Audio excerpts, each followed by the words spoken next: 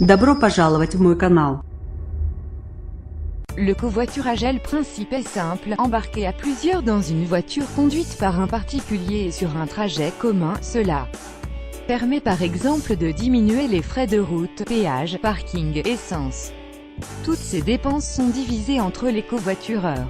Avec cette grève SNCF, nombreux seront les usagers des trains à utiliser ce mode de transport et à réserver leur trajet sur une des plateformes de covoiturage les plus connues en France, Blablacar, 13 millions de membres. Sur France Info, ce dimanche, le directeur de Blablacar a indiqué que la plateforme enregistre 2 fois plus d'inscrits que dans une semaine normale, pour les trajets quotidiens domicile-travail de moins de 80 km réservés sur Blablaline, service de Blablacar. Ces trajets seront gratuits pour les passagers pendant les jours de grève, a indiqué le président fondateur de Blablacar. Cette gratuité est valable dans une limite de 2 trajets par jour, par conducteur, et 4 trajets avec un même conducteur, et s'appliquera aux 60 000 premiers trajets réservés via l'application, précise Blablacar sur son site internet.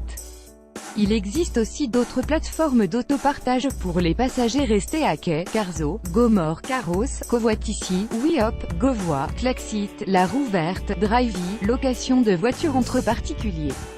Mais aussi Deverum, filiale de la SNCF, autostop-citoyen.fr, 100% bénévole et solidaire. Autostop Citoyen est une démarche d'entraide citoyenne pour faciliter les déplacements en période de grève. C'est une offre complémentaire aux plateformes de covoiturage existantes.